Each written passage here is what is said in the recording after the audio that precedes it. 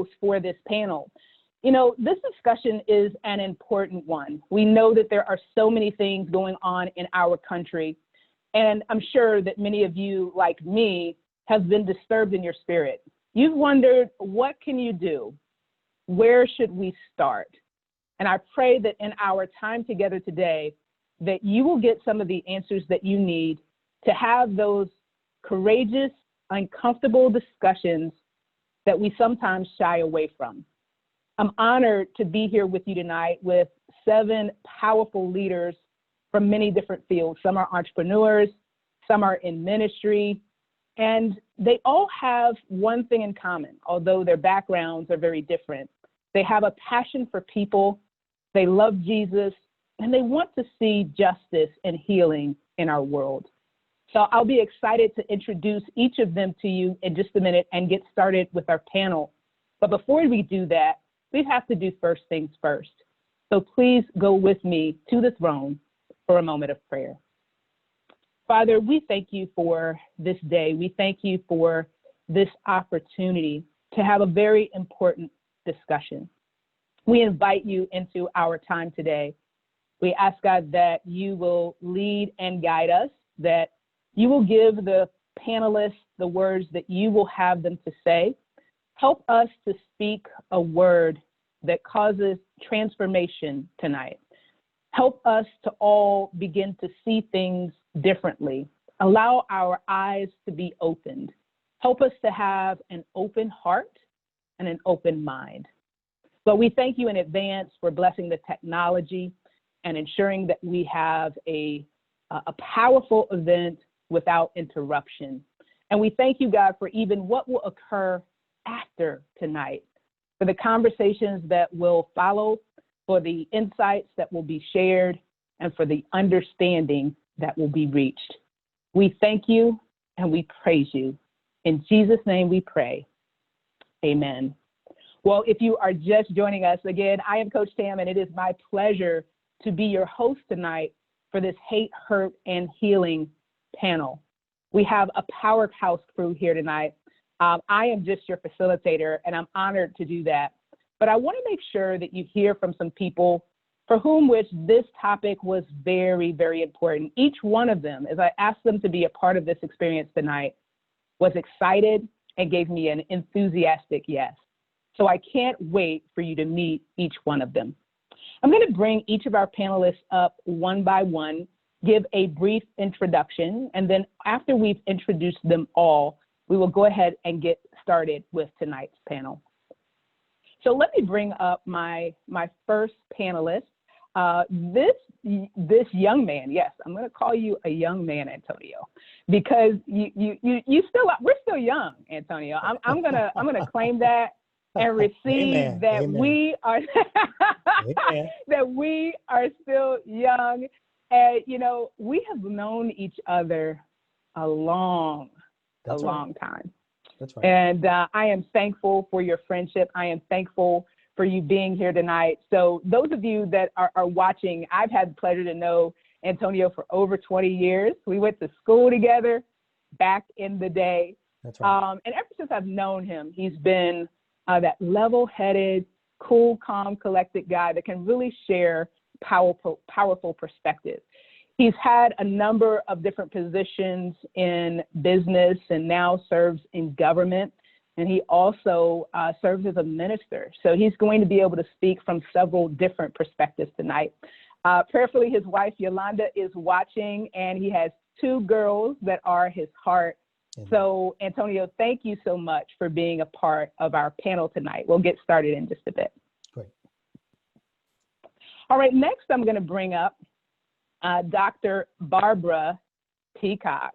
Dr. Peacock, welcome. Would love for the audience to get to see you.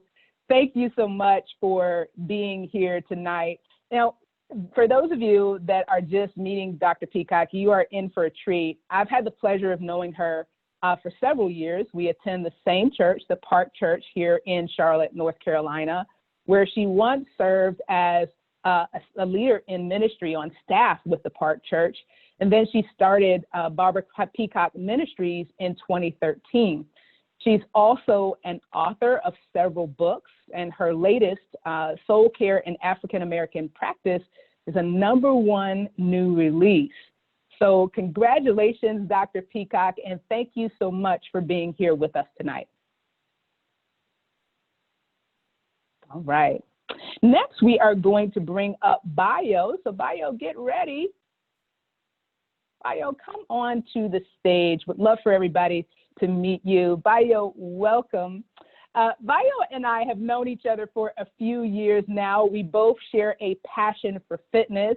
He owns a fitness studio, a very successful fitness studio with over 150 members. But, you know, he's the kind of person that likes to wear a number of different hats. So he also serves as a coach, and he's one of my coaches on the fitness side of things. And he runs a digital marketing agency. He's married, he's got children, and he is excited about this topic tonight. So, Bayo, thank you for making time to be here with us. Next, we are going to bring up Aaron. Let me find Aaron in my list. Aaron, get ready. I'm going to bring you to the stage so that everyone can actually meet the person that started all of this. So I'll tell a brief story. Aaron, welcome. We can see you. So family, those of you that are listening with us, a conversation about this topic actually started probably 2 months ago. And it was actually the result of a conversation on Facebook of which Aaron was a part. And once she started that conversation and we exchanged a few messages, we decided collectively, along with another person who I'll bring up soon, that we needed to have this conversation today. Now, if you know Aaron, you know that she is energetic. You'll see that tonight. She's bold and brave, and it's exactly what is needed where she is called to serve. She is a personal development coach for teens and tweens, kids that are trying to sort through life and make difficult decisions. And it's her goal to help them to move forward in life and make the right choices with confidence and clarity. So Aaron, thank you for starting the discussion that led us here tonight, and thank you for being here with us. Next, I'm going to bring up Mitch London. Mitch, come on to the stage. There he is, or should I say Pastor Mitch London. Mitch, you know, I was struck by him from the very first time that I met him. He has a passion for healing and restoration, and you can just feel it when you talk to him. I had the pleasure of meeting him at a Christian retreat last year, and at that time, our conversation centered around his Just Add Wilderness ministry for Christian men to help them to break free. And I started following him from that point. And then I noticed, wow, Mitch is stepping in new directions. And the next thing I know, Mitch is starting a church in the middle of a pandemic. So I hope that tells you the type of person that he is. He is not intimidated by challenges. And when he knows that God is calling him to do something, he moves boldly in that direction. And so it's no surprise that he was enthusiastic about his yes tonight. So Mitch, thank you so much for being here. Thank you, Tim. I want to also bring up to the stage Miss Shannon Spencer. Shannon, come on up. And Shannon is the other half of what led us to tonight's event. So Shannon, let me brag on you a little bit. So as I mentioned when I introduced Aaron, we were having a conversation on Facebook, on social media, and there was a lot of perspective that was shared that, you know what, there's often a misunderstanding about what is meant, and there's often a desire to support and to share, but how do I do that? How do I show my support without being offensive? And so as we started to have that conversation, and I threw around the idea of getting together and having a balanced discussion, Shannon was the person that said, yes, absolutely, yeah, let's do it. Now, Shannon is a executive coach, a ordained elder, a certified life coach. As you can tell, she wears many different hats. And what is common about everything that she does is her passion for people. And I think you will hear that tonight. She also is for me, that person that is willing to tell it like it is, but is also willing to listen. So I know for her, it's really important not only to share, but to listen and to learn. So Shannon, thank you for being here with us tonight. And last but not least, I want to bring Sean Quintero to the stage. Will join us here shortly. There he is. So let me brag on Sean. You know, I am always looking to grow and develop as a leader. And at some point last year, I saw some information on Sean, and I was intrigued. I was drawn into what he's had to say because he was very bold with his love for Christ and how it could you could be successful in business and still love Christ. Sometimes when you're growing up, you may have a relationship with money that may cause you to think that money is evil. But Sean was very clear, no, money can be a tool to further kingdom business. He's a high performance sales coach. He always challenges me to upgrade my thinking, but he always does it with love. So I'm never pushed away. I'm always pulled in. So Sean, thank you for making time to be here with us tonight. Well, we have all of our panelists here, family. So let's get into the discussion. Where I want to start, I've had the pleasure to know each of these individuals, but you are just getting to meet them. And I want you to hear from their heart on why they chose to be here tonight. So my first question that I want to throw out, and I'll call on you each individually to share your perspective, is, you know, I can say for me, when I was growing up, race and politics were topics that typically were not talked about. So sometimes there's a taboo nature to this topic. But when I reached out to each of you, you said yes. So what I'd love for you to do is to share with our audience what inspired you to say yes tonight. And Antonio, I'll start with you. Okay, great. Hey, thank you again for the invite. I'm looking forward to the discussion. I will tell you, one of the main reasons for me saying yes, and you mentioned a little bit in the intro, I have two daughters. I have a 17-year-old and I have a 14-year-old. And with the incident that happened in Minneapolis with George Floyd, it really got me to thinking. My daughters had talked to my wife about joining a protest here in Richmond. And as sometimes what happens is that they will go and talk to mom first before broaching the idea with dad. And so when they brought the conversation to me, they had already signed up because mom had told them yes. And it made me think for a moment, and I started thinking about my livelihood and my life. And growing up, graduated from a predominantly Black high school, went to a predominantly or historically white college, lived on both sides of the tracks. Bottom line, growing up as a Black male, I've learned to integrate my way through society, right, wrong, or indifferent. It's just the way that it is. But this generation is one I call the microwave generation. They want action and they want it now. They're not going to wait. So for me, it's an opportunity to stand with my daughters and say, hey, if you're going to do this, let's do it. Let's talk about how we can articulate on social media the right way. So what you say today won't hurt you tomorrow. So when I have an opportunity to have these types of conversations, why wouldn't I? Because there's a younger generation, not implying that we're old, Tam, that's coming up. And we need to teach them. We need to train them. And so, you know, I had to change my perspective. It can't be my four, no more, because my two want to get involved. And if they want to get involved, me as a father, you know, even though I want to protect them behind these four walls, I need to stand with them and show them example outside of these four. So that's the reason why I said yes for this. Wow. So powerful. Sometimes children can lead us, right? Can lead us in the direction that we need to go. So, wow, we're thankful for them. Dr. Peacock, share with us, what was your inspiration for saying yes to tonight's panel? Uh-oh, Dr. Peacock, I can't hear you. I think you might still be on mute.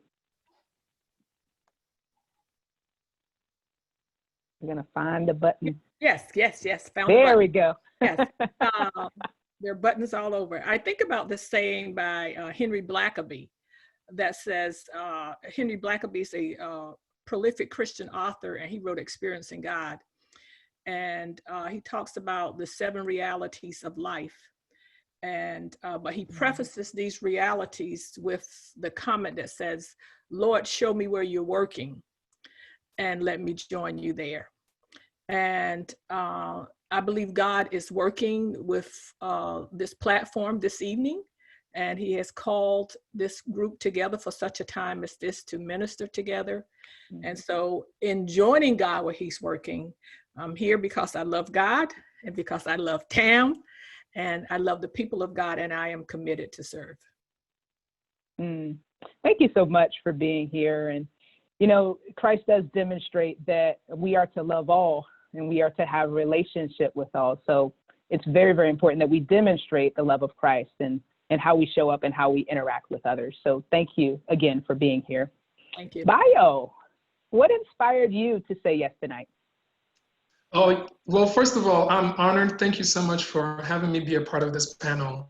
I was excited and accepted to join because I want to be part of the solution and part of the change and part of the progress. I also feel like I have a little bit of a wider perspective, probably similar to what Antonio was saying. I think 1/3 of my life was like Black, 95% Black neighborhood and high schools. And then 1/3 of my life was living in a foreign country.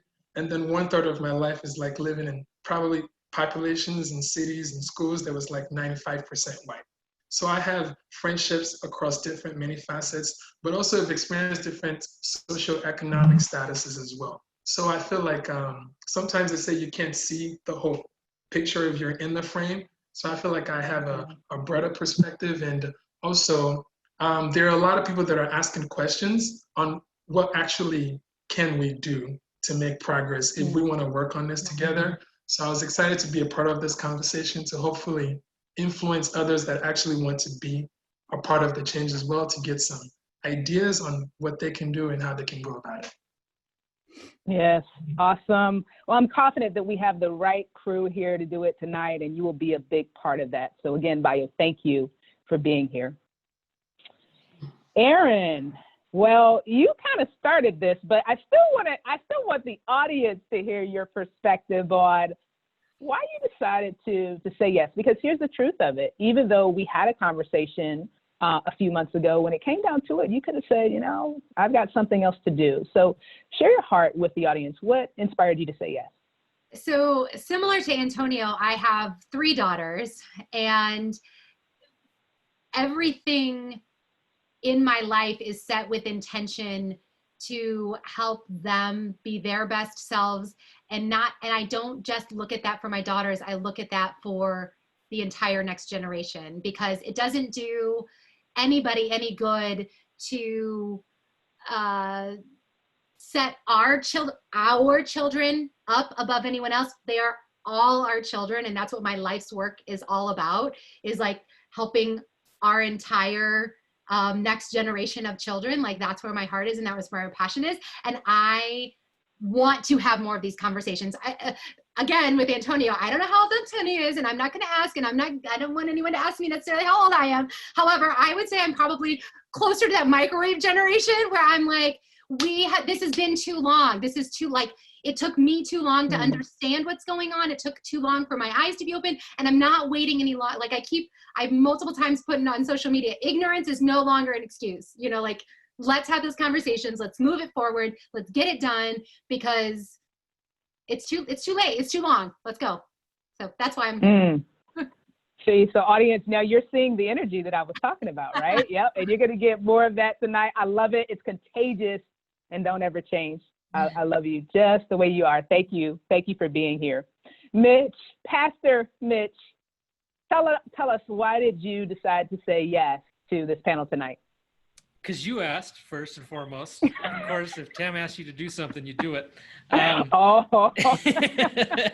it's something where there's so many people that are hurting and wounded. And if we just treat symptoms, nobody ever heals. And so it's something that you have to dive into, and you can't just manage systems. We got to go to the root. We got to talk about how true healing takes place and how to actually have these conversations, hearts conversations, with people where it's a safe place to have them. And so it's something I think everybody needs to be engaged in and everybody needs to be a part of. We all experience life through our own different views and filters of how we grew up and how we do different things and how the world has reacted to us. And so nobody's perspective, even within this panel, is going to be exactly the same, but we all have different wounds in our lives that need attention. And so we can't heal a wound if it's just talking about symptoms. I love that. Yep. And then we're going to go deep with our questions tonight. So I look forward to you sharing your perspective as well as the other panelists. Thank you again for being here with us. Shannon, I'd love for you to share your perspective. Tell us what was behind your yes. Let me unmute. Okay, so, all right, hopefully you can hear me. You know, this is a conversation that I've been having for a long time. And sometimes it's a difficult conversation to have, but right now, in what's going on in our world right now, people seem to be on the defensive on all sides. And being able to ask questions and be able to get honest answers really means you need to be in relationship. And I two relationships that I want to share with you that, you know, Tam, you and I had talked about that really drive this for me is there's a lot of confusion and conflicting information. So I had an experience when I was about 23 years old in college with a roommate, a lovely dynamic Black woman who was getting her master's degree, and we were doing our internship at Eastern State Hospital, which is a mental institution. And, you know, we were really good friends. And she was from the local area where we went to college, and she had friends and family there. And so she was, you know, used terms that I just wasn't used to using. And so one day, you know, we were really good friends, and I just walked into our house and into her room and said, "Hey, N-word, how you doing?" Because that's how she was with all her friends. She immediately got really angry, physically hit me so hard that I fell to the ground. She refused to speak to me when I tried to ask her, okay, what just went wrong there, because I don't understand, and actually moved out the next week. And the second story is from a more recent example in the last few years, where an anesthesiologist that I'm friends with, who came to one of my women in business groups, she's become a stand-up comedian. And now she's become a motivational speaker, and I love her dearly. But we were having this conversation about race, and she was talking about how when she was driving home from the hospital at 2 a.m. after she would get off her shift, that she would often get pulled over because she was Black. And so I was asking her about that because I was a little bit confused by that. You know, you always hear the stereotypes, but that didn't really make sense to me. So she started going on about these different things. And I finally asked her, though, I said, so is this really because you are Black, or was it really because your taillight was out? And she said, well, honestly, it's because my taillight was out. But for my audience, this driving Black in Tri-Cities is a much better story. So I kind of look at these things and listen to things, and it's like, how do we have a conversation when we're coming at these things from differing perspectives, and what's true for one, and then you find out that something isn't true. So for me, being able to help have conversations and open conversations, and hopefully this panel will help people to be armed with tools. That's the reason why I'm here tonight, because I'd really love to clear up. Yeah. So what I love about you is that you definitely share your heart and some of the things that you've seen, but you also are willing to listen. And the things that you've brought up are things that need to be discussed. So thank you for your boldness and your bravery in sharing your story. Thanks. So last but not least, Sean, tell us, what is your motivation or inspiration for being a part of this panel tonight? Yeah, so I'm married to a first-generation Nigerian American. She is the love of my life, and we are a biracial couple. I'm Latinx, and we have had this conversation since we started dating, and actually since I've known her since I was 12 years old. So this conversation has been a part of my life for a very long time. And what the perspective that I come with this conversation is specifically one focused on healing. I believe conversations are the place where we can listen to each other, where we can learn from each other. but not just from a place of anecdotal data. I'm a business person, so I love me some good data. And the data says that unarmed Black men are killed 5 times the rate as unarmed white men. Black Americans are 4 times as likely to experience the use of force during encounters with police than white Americans. Black Americans are 2 times as likely to be arrested than white Americans for the same crime. Black women, my wife or my daughters, are 3 times more likely to be prosecuted and incarcerated than white women for the same crime. Black youth, my kids, are 85 times more likely to be tried as adults than white youth for the same crime. Black Americans are 2.7 times more likely to be arrested for drug-related offenses and 6.5 times more likely to be sent to prison for drug-related crimes than white drug users. Black Americans are 4 times more likely to be given the death penalty than white Americans for the same crime. Now, the issue isn't white Americans unless you're racist. If you're racist, then there's definitely, you are part of the problem. But, and I'm so glad that you're part of this conversation, but a system that favors white Americans over Black Americans or even people of color, that is the problem. And the only way for us to generate awareness is to have conversations where we can present this information and then discuss how can we be a part of the solution. Because I believe that the only purpose of having these conversations is if we're planning on doing something about it, so we can reduce that rates, so Black Americans and people of color can no longer be statistics that are talked about on TV, but that their culture can be celebrated across the spectrum and across the globe. So that's why I'm here, because I'm super data driven, and I know this conversation will always, always, always lead to healing and to hope. Yes, I love it. And Sean, just so you know, you got some shout outs for your data. So they're getting to see the side of you that I know that's always looking at data. So thank you all again for being a part of this panel. Let me share a few things before we dig deeper into our questions. Now, you've heard from each of our panelists all come with a different background and a different perspective. So there are a few things that I ask you as the audience to keep in mind as we go through tonight's discussion. The first one is to have an open mind. You're going to hear perspectives today that may not align with yours, but we cannot understand unless we first listen. So I'm asking you to keep your ears open, that you don't shut down on the conversation tonight, and that you just listen for the message that is in what is shared. Try to put yourself in the other person's shoes and see if you can understand a little bit more about where they're coming from. The second thing that I want you to do is to listen with your heart. Now, this is something that I often say in my coaching programs, because here's what I can say. I can vouch for everyone that's on this panel. I am in relationship with them. I trust them, and that's why they're here today. So if you hear something that you think, I don't know, I'm asking you to give them the benefit of the doubt, because I know their heart.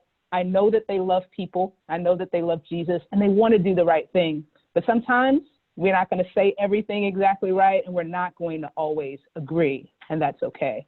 And the last thing that I'm going to ask you to do is something that Sean hinted on, that this will not be the end of the discussion, that this will be just the beginning. So we want you to interact with us in chat. If something is said that really impacts you, feel free to shout that out in the chat. I will be checking to see if there are questions. We do have a packed agenda. We'll try to squeeze some questions in, and then know that you will have the ability to access this replay. We want you to use it to start powerful conversations in your family and in your community. With that, let's go ahead and officially get started with our panel. Here's our first question. Have you found it difficult to talk about race within your own family, whether it's immediate or extended? And as you've had those conversations, what have you learned from those discussions? Erin, I'm going to ask you to share first. I'm going to start my timer so I don't go over. Within my immediate family, my kids and my husband, we have these conversations all the time, but really only starting since my oldest daughter, who's now 12, started kindergarten. And prior to that, my husband and I both grew up in predominantly white areas, small towns and even bigger towns, but we were very much exposed to diversity, but not, but we didn't grow up with diversity, if that makes sense. And so we were very much like fish in water. We didn't know what we didn't know. Then we now moved to a college town that is quite diverse. Our kids started in a public school where they are actually in the minority of diversity within their school. And so these conversations really got started at that point. And we had an amazing kindergarten teacher. She was an activist, and she was turning our kindergartner into an activist, and thus the whole family right along with her. And our eyes were opened, and we really started to dig in deep on what America we were really living in for the first time. And so those conversations have now just become commonplace in our family, but we call them car conversations, because I'm like, I don't know that I'm saying everything right. And I certainly don't want you to repeat what we've said in a way because you don't understand everything that's happened. So we need to have car conversations until we're clear on how you understand and how you can communicate with other people about what our discussions are. But we need to be open about these conversations within our immediate family. When it comes to extended family, those conversations are a lot more difficult because we have, like I said, we come from small town white America, basically, like to put it in a pin in it. And it is basically what I've done is put myself out there on Facebook and social media to say, this is where I stand. These are the things that I believe. Here's the things I'm reading. Here's the things I want you to read. Here's the things I want you to watch. And I'm open to conversations. But I'm not about to beat my head against a wall with extended family who want to remain a fish in water that don't see the America that they're living in, because I have a lot of contacts and a lot of acquaintances and a lot of friends and a lot of church friends who are ready to have those conversations. And so I'm going to put my energy in the places where people want to learn, want to grow, want to understand things that they don't understand. So internally, it's not always easy, but it's always necessary. Externally, we kind of protect ourselves a little bit from conversations that we don't think will be productive, if that makes sense. So. Yeah, it does. It does. And thank you for sharing that perspective, because I think that's a valuable one to hear. Shannon, what would you add to the discussion? I know that this is a topic that you're passionate about. So tell us, how have things been going as you have started discussions within your family? So this is something that we have always discussed. We come from a culturally diverse family, and we live in an agricultural community in southeastern Washington. So while we don't necessarily have a lot of Black people, we have a lot of brown people, and we have a lot of issues with racism and just diverse people trying to figure out how to get along. The Tri-Cities where I live, its history was Pasco, which is one of the Tri-Cities, was actually a Black community. And so we do have a community that I was talking to an 80-year-old woman a while back, and she was telling me how Black people weren't allowed, she and her family couldn't cross the bridge to come into one of the other communities after dark, right? So these are kinds of things that have happened in our community. And when my children experience things growing up, they also, like Aaron's kids, actually were the minority in their schools. We intentionally put our daughter in dual language schools so that she was learning Spanish, as she actually could read Spanish before she could read English. However, we had problems in that. They had gangs in grade school. And we actually she was so bullied, we had to take her out of the dual language program. So having these conversations, we've just really focused on who people are as individuals. We don't talk about them in terms of color. We talk about them in terms of their family culture is different than our family culture. And how could we help understand their family culture and treat people respectfully, but also be aware of what's going on. And it's her best friend actually was, we love Azana, and she was every flavor of the rainbow, but she presents Black.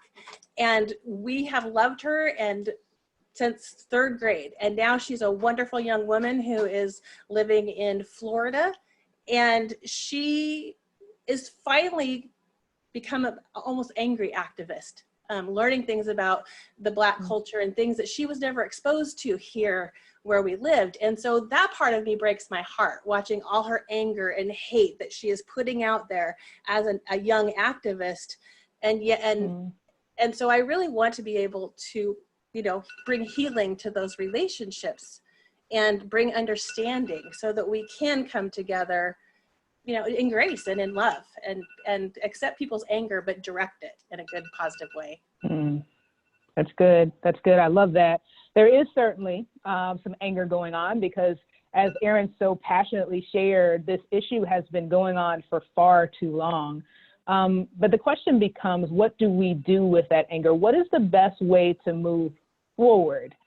And one of the things that I know is that hate never drives love, right? We have to communicate with love in order to come to resolution. So thank you so much for underscoring that point. I want to follow up on the previous question. And Shannon, this time I'm going to start with you. When there have been differing perspectives that have come up in your conversations about race, whether it was family or friends, share with us your kind of philosophy or approach and how you handle that, right? So you have one belief system, but the other person may not. How do you handle that situation? I really try to come at things from a mindset of understanding who the person is. My background includes lots of diversity, working in mental health, working with homeless people, working with the mentally ill, working with people with developmentally disabled, you know, all kinds of different challenges. And so I've always had the heart to just help meet people where they're at and listen to them, and then help them move forward in some way. And so when we've been trying to have these conversations, social media hasn't necessarily been a good place to have them. But I really try to come at it from the understanding of who they are, but also from can you please hear my heart and my perspective? My perspective is coming from a family of all kinds of diverse viewpoints, including, I will say, a racist father-in-law. So my children, when they went to go visit their grandfather, who was born in rural Virginia 85 years ago, you know, heard very different language. He was career Navy, he traveled the world, he had a very different outlook on life than even his former wife, my mother-in-law, who was a sharecropper. She was born in a poor sharecropping family in rural Virginia. And she was telling us stories about how, you know, when they would go to do harvest, you know, the white people all got to gather in the house and the Black people all had to be outside, and she never understood that and didn't think that that was right. She was motherless at the age of 4, and there was another motherless family down the road that were Black. And so when she and her brothers and sisters were out raiding the neighbor's farm for vegetables and chickens, they would make sure that they were putting them in the dad's saddlebag as he rode down the lane, because they were a community and a family. So for my children and for my family to be able to grow up and have these kinds of conversations and these kinds of influences, we just try to come at everything from that perspective that the Bible says that heaven is going to be every tribe, every tongue, every nation. Everybody's going to be there. So why we should be doing that here now, not wait till, you know, someday when Jesus comes back. Our role is to be Amen. now, right? So I try to come at it from that perspective, to be encouraging on whatever it is that people are looking at. I love that. Yeah, we're all going to heaven together. Yep. So we might as well figure out how to get along here. Right? Aaron, what would you add to that discussion around differing perspectives and how you handle them? Yeah, I think I alluded to this earlier, that I really try to save my time and my energy and my arguing, which I don't mind arguing, for situations that I feel like are not a lost cause. if that makes sense. On social media, I put like Sean, I've actually retweeted some of Sean's statistics before and things like that. I'm like, the data is saying this. This is not anecdotal evidence. This is true. This is legitimate. Read the books, do the research, take on, whatever you need to take on to try and see someone else's perspective at this point, because a lot has been written about my Karen perspective. Like, let's read someone else's perspective at this point, right? So that is kind of what I am always encouraging people to do, because I don't have the statistics memorized. You know what I mean? I don't have the experience or even an anecdotal experience to share. All I have is the things that I've read that have educated me, that have convinced me that I am not living in the same America as some other people. And so that is how I try to handle those conversations, by consistently passing along podcast episodes and resources that I think will help, especially when I feel like it's a lost cause. But when they've started to read and when they've started to do that, then I'm like, okay, let's talk about it. Let's, now let's dig in. So that's my philosophy. I love that. You said Karen. That's funny, but I also call all I bad love drivers you. Karen, just to be clear. I love you. You're so fun. All right. Well, let's explore another question. So, and Sean, this time I'm going to start with you. So the question is, how comfortable are you having conversations about race with people of a different race than your own? And what, if anything, makes you hesitant to have those conversations? Sean, I'd love to hear your thoughts. Yeah, so the first, I'll answer the second one first and then answer the first one second. So the first question, Sure. Is there any hesitancy to having these conversations? Not at all. I want to have these conversations. I want to be as direct about these conversations. I want to, you and me, let's have a one-on-one. Let's have coffee for 5 hours and let me listen to your story first. And that's the approach that I typically go through, because I don't know who's in front of me. I don't know if the person is racist. I don't know if the person believes racism exists. I don't know if the person is an all lives matter type of person. I don't know if the person is a racial ally. I don't know if they're anti-racist. And so in order for me to have a productive conversation with someone, I have to know where on the spectrum do you exist? Because my goal is never to take someone on the extreme side of one side and turn them into the other side of that extreme. It's just not going to happen in one conversation. My job is to have them just move 1 inch and 1 inch and maybe water the soil a little bit so somebody else can have that conversation with them. And so typically what I do is I'm a coach. So I go in with a coaching perspective. I'm asking questions. What do you think racism looks like? Have you ever experienced racism? Has anyone ever called you out on anything that's racist? Have you done any therapeutic work to uncover your own racial biases? And that's typically how I have those conversations, because I know if I listen, then I am more likely to be trusted. I'm more likely to have data mean something to someone, because I can spit out stats all over and every day, but it won't mean anything unless that person can connect that data to a story, to a real human person. And they can understand that this isn't just numbers. We're not talking an arbitrary kind of ambiguous perspective. We're having a conversation about real people who are having real challenges that are impacting their life on an everyday basis. And it's our job, as me personally as a man who has privilege, and me as a person of color for sure, but not as a Black person who has privilege, to use my privilege to bring up people as well as dismantle the system that favors me alone, or favors me over other people. So that's the approach that I typically take with those types of conversations. And honestly, I'm a millennial. So I'm part of that generation that's like, let's take action now. I'm the one out there protesting. I'm the one posting, like I'm the one sharing content. I would say I am an activist 100%. I'm one donating to causes and organizations that are at the front lines of this. And like I said in the very beginning, the only way we make a difference is by listening to each other.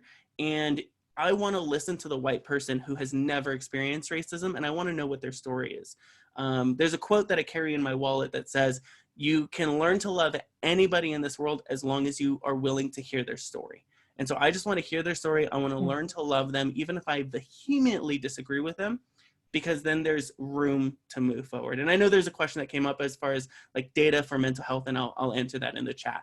But there are ways to actively dismantle systemic racism, but you can't approach someone and give them those ways unless they believe systemic racism exists. So it really is a matter of, where do you live on the spectrum? Where's your belief? And then how can we move you forward just 1 inch?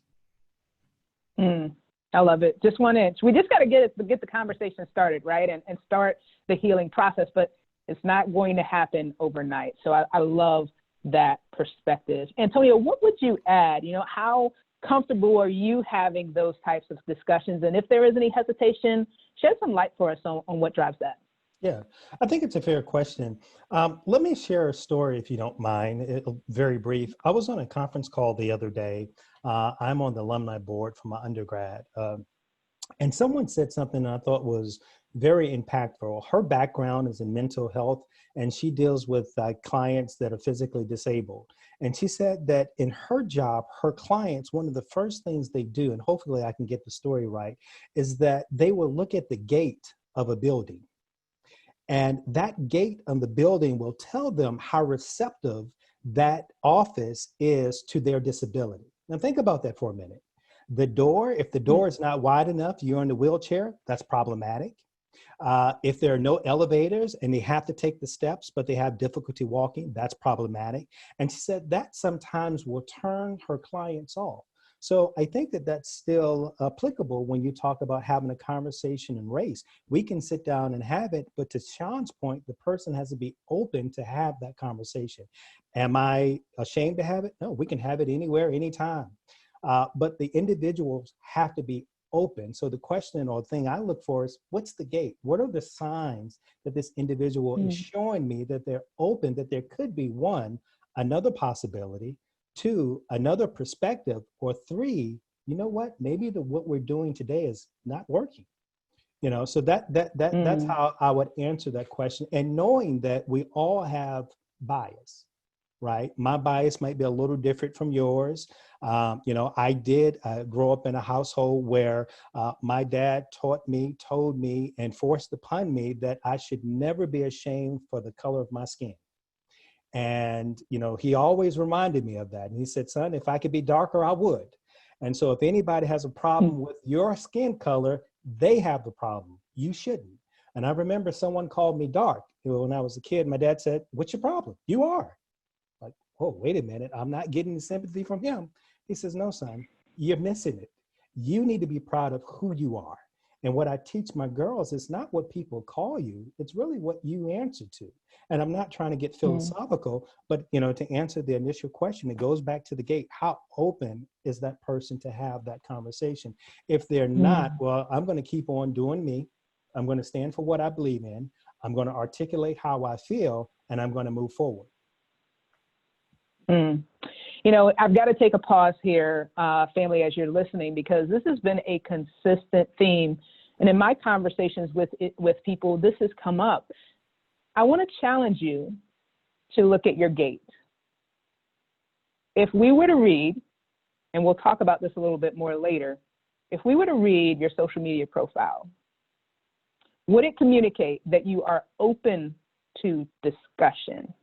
Because that's something that we've heard as we've talked just in the first few minutes here. In order to have the discussion, we have to demonstrate that we are trustworthy and it's safe to have that conversation with us. So I want you to do a little bit of a self-check right now. Are you communicating in such a way that a person would feel safe in approaching you about this topic? That's something that I want you to think about. Now, I have a difficult question, and this time, Antonio, I'm going to start with you. The last couple of months, which led to this conversation tonight, have been especially challenging. We have seen what many describe as, and rightfully so, the modern-day lynching of Ahmaud Aubrey. We've seen the replays of what happened to George Floyd. We've read the news reports, and everyone, or just about everyone, agrees that it is tragic. Yeah. But we don't often get to have conversations like these where we get to pull back the curtains and talk about what literally goes through our mind as we see these things unfold. So I'd love for you to share with us, what kind of thoughts and feelings have come for you as you've seen things unfold over the last few months? Yeah. Range of emotion: anger, frustration. I didn't physically cry, but I was on the verge of crying, if you will. And I think about it, I was talking to someone today. What's interesting about today and this time is that social media and the 24-hour news cycle pushes this out. But this stuff has been happening for a long time. I remember back when I got my driver's license. And Sean, I'm not a millennial. I guess I'm a Gen Xer. But if I got pulled over from the police, which I did a few times in college, sorry, Mom, the first thing that I would do, I would put my hands on the steering wheel. I'd turn on the dome light if it was dark outside. I'd roll down my window. This is before Facebook. This is before social media. And I'm articulating to the officer what I'm doing, even if I was wrong. And most of the time I was, because I was speeding. So when you have the news cycle that perpetually shows you the officer's the officer's knee on George Floyd. I've yet to watch the full video because I cannot. Neither. And then you hear him say, "I cannot breathe." Or you see Aubrey going through the neighborhoods. My wife and I, when we first got married, we'd go and we walk through $1 million neighborhoods. Couldn't afford one, but that was faith building Sunday for us. Now, it's a little hesitant about walking through these neighborhoods. We were on the trail where we live at walking, and we were going through a tunnel, and there was an officer that was probably 50 feet in front of us. And I'm walking, talking to my wife. My wife tells me to slow down a little bit. I'm like, why? She said, "There's an officer in front of us." I was like, "So?" She said, "There's an officer in front of us. And I want you to be cognizant of that." Went and purchased a car 2 years ago. Hey, got my dream vehicle, wanted to get it tinted windows. In the dealership, my wife says, "No, I don't want you to have tinted windows." I'm like, "Are you kidding me? Can you see this? This is it." She says, "No." Now I'm smart enough that I need to listen to my wife, right? She said, "Because I want you to come home." Now think about that for a minute. So, when I saw the George Floyd, it hurt. When I saw or read about Breonna Taylor, it hurt because I have daughters. When I go into the office and I'm on the leadership table and I'm one of few of color, I'm thinking, okay, I have to be careful because I represent Bio, I represent Barbara, I represent Tam to some. When we lived in Tennessee for 10 years and we lived in a small town USA, Aaron, when something would happen on the news, it would be for what happened in Nashville, not what happened in our local community.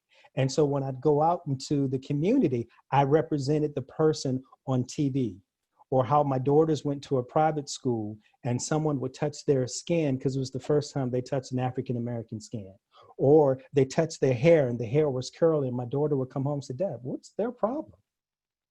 And we'd have to sit down and have those types of conversations. So it's difficult. It's difficult, because the 24 news media is perpetually showing that over and over and over and over again. And justice is not delayed. Justice sometimes never arrives. And that piece hurts even more. And then, Sean, as you mentioned, is the person Black Lives Matter? Is it all lives matter? Because if you say Black Lives Matter, doesn't all lives matter? Or, Jesus said this, and I was like, whoa, let's stop that. Me saying Black Lives Matter doesn't diminish anything on how you feel. I'm talking about my life because it does. When I leave my house, I have to think, okay, am I dressed well? Am I dressed okay? My wife is concerned when I go out. My daughters are concerned when I go out. So yeah, it's tough. It hurts. It really does hurt when you see that. You turn on the news tomorrow, what happened? My last point, because I know I'm almost out of time. When we were growing up, Tam, you may remember, if there was a crime that happened, the fellas would ask the question, what happened? Was the person shot? All stereotypical. Were they stabbed? Oh, if it was stabbed, it wasn't a person of color, because we don't do that. Now we don't do that. you know? And so those are the conversations that we had growing up. But now, you know, that was hearsay, but now you see it on the news media. And it could just be one incident that is blown out of proportion, or one incident that's played over 24 hours a day. And then that's the perception that people have. It's tough. To answer your question, it is tough, and it hurts. It hurts. Yeah. It's tough. It hurts, and it causes you to think about yourself and your family in that moment. Absolutely. And even changes your family's level of security and safety. Is so powerful. Sean, what would you add to this? You know the statistics very well. What goes through your mind as you watch these different events unfold? Yeah, first I want to just give it up for Antonio and absolutely agree. Black lives absolutely 100% fundamentally matter. And the reason why we say that is because they haven't. For what we're seeing on social media is what has happened over and over and over for 300 years in America that has not been captured by camera and is now getting captured on camera and being distributed through social media. So I think social media is an incredibly powerful tool to distribute information about the lives that are being ended and the lives that are being challenged in an incredibly unjust way. And it also brings awareness to systemic racism. The system is designed to favor white people, and there's no problem again with white people. There's a systemic problem. So social media has been such a powerful tool, but to what Antonio said, it does create this stereotype. It does create this image that we now get used to and get desensitized to.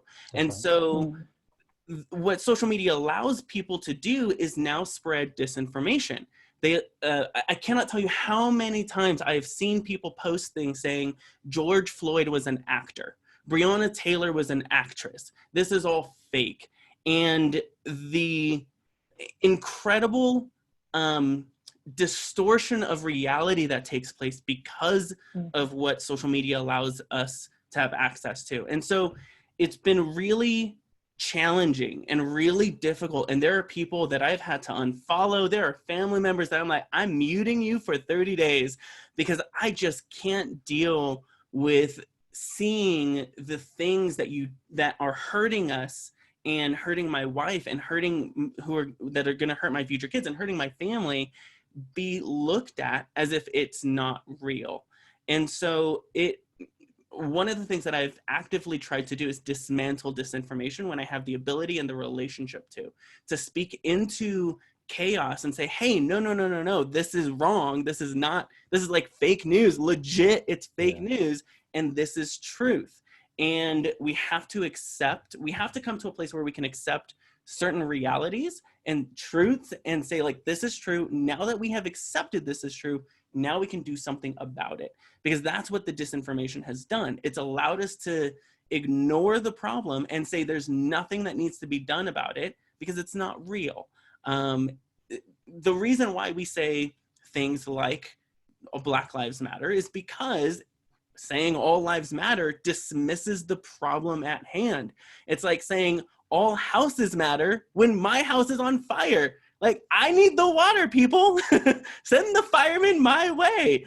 So social media is a great tool to spread information, but it's also a great tool to spread disinformation. And we have to actively be a part of dismantling that disinformation and knowing what we're going to choose to believe, the people's lives who are on the line, and how we can be a part of the solution as opposed to a part of continuing the problem.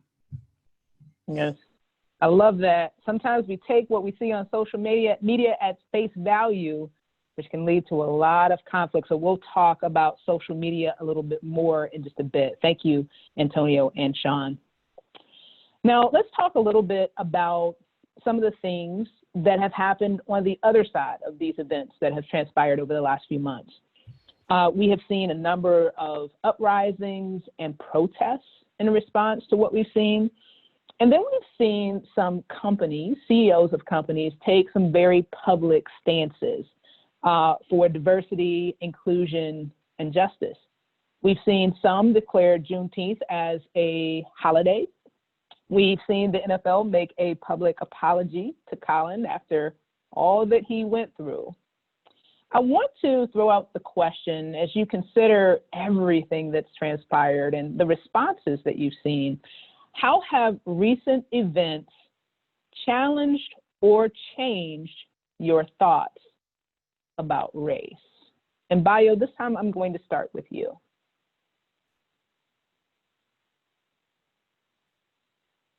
Yes, oh, Bayo, I can't hear you. I think you still may be on mute. There we go. Yeah, thank you. I think it's actually been very interesting for me to observe because I am one of those that actually didn't speak out for a long time. And a lot of it was because of fear and because of my position in society. I didn't want to be acting like a victim or act like something is wrong. And because everybody's used to Black people always complaining. But this time, I think just like everybody else, I was really fed up. I was really frustrated. So I expressed my anger on social media. And this was before all of the companies and stuff started making statements. And I had this feeling that, you know what, I think we're at the point now where we've seen these images and videos over and over again, that everybody's almost at the boiling point. To me, typically when I make those type of posts in the past, there's usually not very much engagement. People usually care more about the stuff that I put out that has value or that's comic in nature. People respond to that, but if it's anything talking about race, it's uncomfortable for people to respond to it. But my mind was blown with how much attention this got this time. I don't think I've ever experienced it in my lifetime. I saw companies stepping up. I even saw friends that I never in a million years would say Black Lives Matter. I saw a lot of people comment on my status. So to me, it gave me a little bit of sense of comfort and actually calmed my anger a little bit. I felt like, oh, wow, we're not just in this ourselves. There's actually people that are supportive as well, that are just not non-Blacks. So I think it gave me a little bit of hope that I haven't experienced in a long time, that I think people are finally seeing what the problem is and they're ready to take action with Black people to see change. So that's kind of my feelings on what I observed with all of this happening. Awesome. Thank you so much for that. Yes, we need hope. Mitch, what would you add to this discussion? How has it challenged or changed you as these things have unfolded? I think there's something that I've taught on in the past, and it's about us making a silent impact. And the impact that we make silently that we'll never hear about is far greater and more far-reaching than anything publicly. So what Bayo was talking about with engagement, there's many times where people don't say anything because they are afraid to engage in that, or they're afraid to be seen supporting certain issues. But the impact that we have when you come forward, when you do make a stand, regardless of who's listening or regardless of who you think is listening or watching, there's a silent impact that spreads out. And you far more reach people. They will see it, they will notice it. They may not ever tell you about it, but they watch for examples. And so I believe you have to set an example. You need to, so these public CEOs that are coming out, I think it's great that they're showing an example of this needs to move in this direction. Unfortunately, we live in such a time of deception. I always question, is this a heart thing? Is this coming from a heart, or is it just so I can appease people and I'm no longer under fire? That's good. And so, but you need the example to be there. So even if their intentions are wrong to begin with, at least it's showing somebody an example of what needs to transpire. We don't make changes with big sweeping movements. Changes start in your living room, changes start at the dinner table, changes start at your local church, changes start with your small circle. Sean and I, we had a discussion. He made a post a few weeks ago, and it was like, if all I'm doing is, if all of my friends, if I was to do a panel like this, and my circle of influence is predominantly white or whatever race it is, then that's something I have to change. I feel personally, if I just invite people of color just because they're of color, then I'm adding to the problem also. It does present a good unified front, but at a heart level, has anything changed? Am I teaching my kids anything different? Is anything now being reproduced in the right kind of manner? So I have to intentionally, why don't I have more people of color as friends? Why don't, is my circle of influence one way, if it's leaning one way? And so it's something that you have to intentionally say, okay, I need to build relationships with people. I need to reach out and find them. And it may not be an intentional thing. It might have just been as default. Growing up certain ways, I just never had people of color friends. I grew up in Albuquerque, New Mexico, which is a huge Hispanic population. Lots of friends of color growing up, Asia, I mean, just all over the place. It was, Albuquerque's this big mixing bowl of what's going on down there. So I never had issues with that. My children, when they describe somebody on TV, it's by the color of shirt that they wear. It's never by the skin color, because we set that example in the home. If I'm going to describe someone, I'm going to say, look at Tam, look how lovely her hair is. Look at the black blazer that she's wearing. And if I show that example, they train themselves to learn to respond in that same manner, to where I'm not showing them a way to be divisive. I'm not showing them. And I get it. We all go through different life, through different challenges and different perspectives and biases, like Antonio was talking about. But it's just something, again, the silent impact that we make. When you're speaking, speak truth. Me, I always have pointed back to Jesus. Jesus loves us all. Our blood is all the same color. The blood of Christ saves all of us. It doesn't matter what color our skin is. And so if I can point it back to Jesus, because there's only going to be healing when he's involved, we can't heal it the same way that it got started. So if we can bring people back to Jesus and show them their worth and their value in Christ, then that's going to be a place to help heal those wounds and not just treat symptoms, like I mentioned in the beginning. I love that. I love that. Got to go back to Jesus. Got to go back to Jesus. There's a few comments in the chat that I want to share, because you guys have said some things that have really resonated with the audience. So the black dollar is strong and relevant to their business. So yeah, I think, Mitch, you're not the only one that asked that question. How genuine is what we are seeing? Janelle says, you have to wonder if commerce wasn't suffering from the impact of COVID if we would have seen so many companies take a stance under the guise of social responsibility. That's something to think about. Wow, this conversation is already making an impact. We've talked a lot about social media so far, and I want to go deeper into this discussion because it was a catalyst for us getting here today, but I've also seen, to Sean's point, I've seen it be helpful and sometimes hurtful. So here's one thing that I want to throw out, and this time, Mitch, I'm going to start with you. In your opinion, does a decision to not make a public statement against what is happening, specifically on social media, is that equivalent to endorsing what has happened? So as an example, we talked about Black Lives Matter. If a person doesn't post Black Lives Matter on their profile, does that mean that they endorse? Or could there be another reason that this person has chosen to remain silent? What are your thoughts?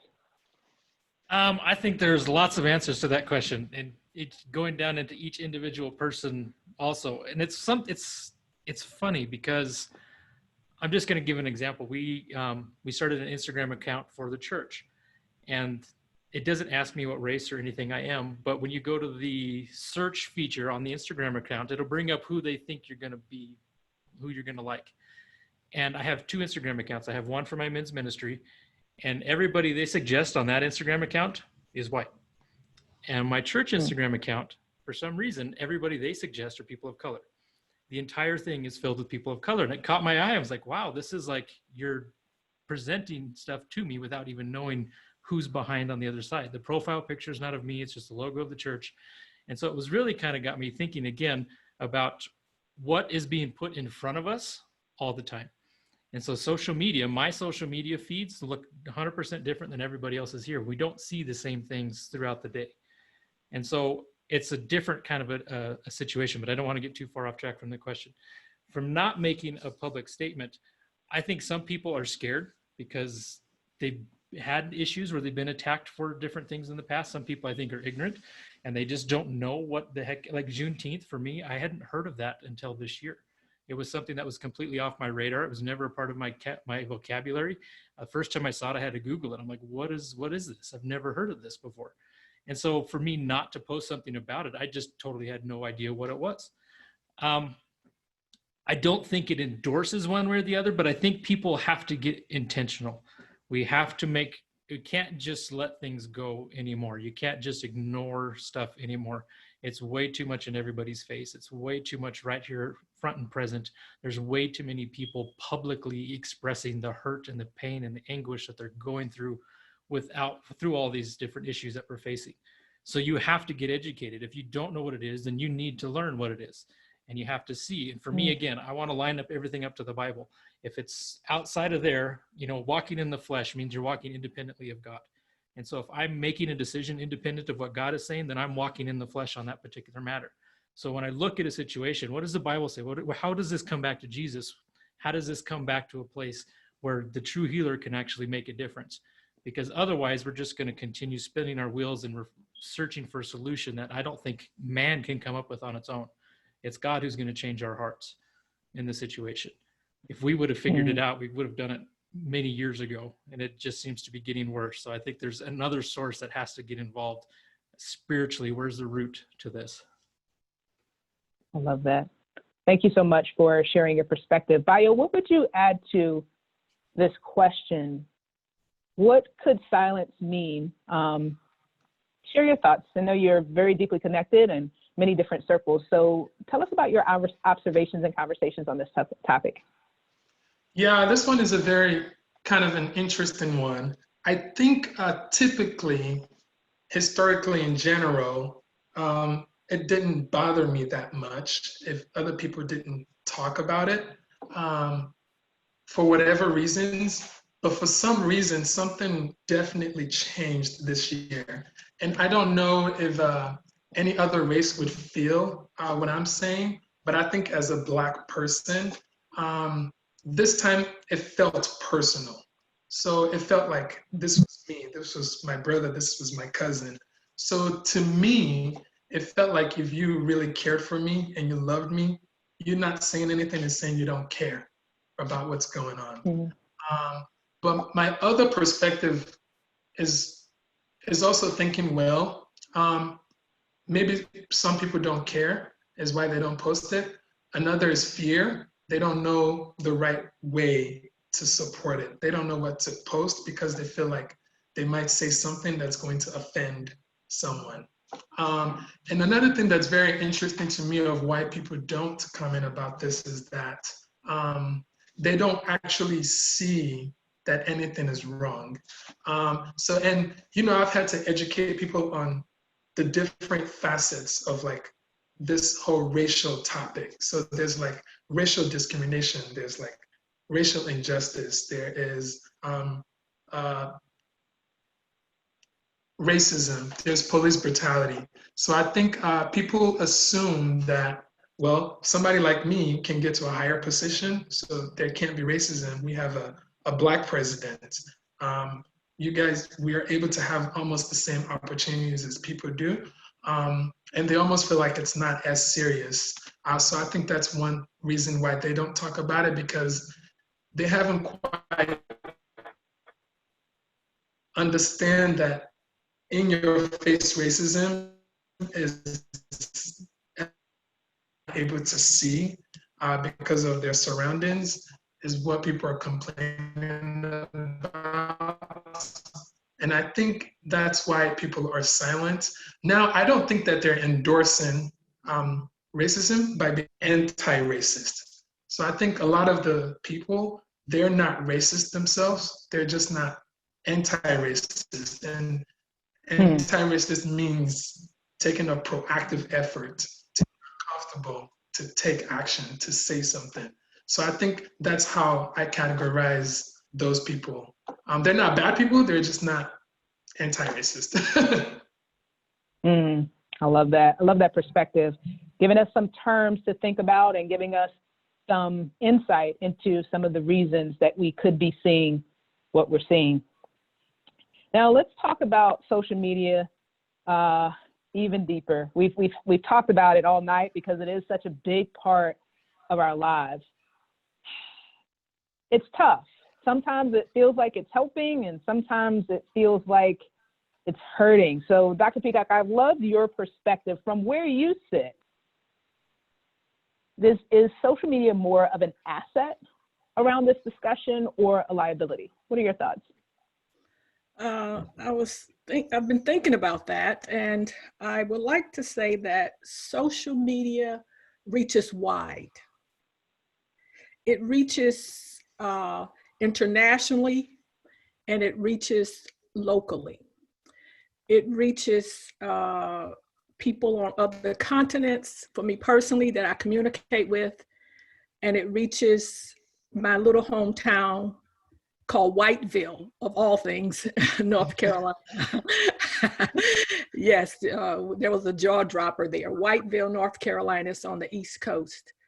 And it gives people that wouldn't normally have conversations together the opportunity to conversate, even as we are on this panel tonight. It also exposes some truths and some untruths. And I'm thinking in particular about a post I made a while back, and to the effect that I was born Black, I woke up Black, I married Black, and it didn't say this, but I would say I go to bed Black. And so there was a friend, a confidant, a person that I trusted in another country that read the post. And a white South African. And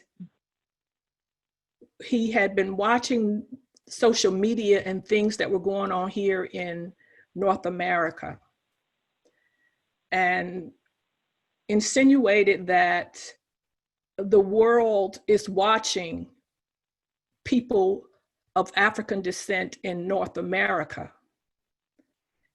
And he identified us as being spoiled. And that took me back, way back. And not only did he stop there, he proceeded to say that if we thought we had it so bad here, why don't we come back to Africa? And so this is during the time of George Floyd and the protests and all that was going on. And I thought it was such an insensitive statement.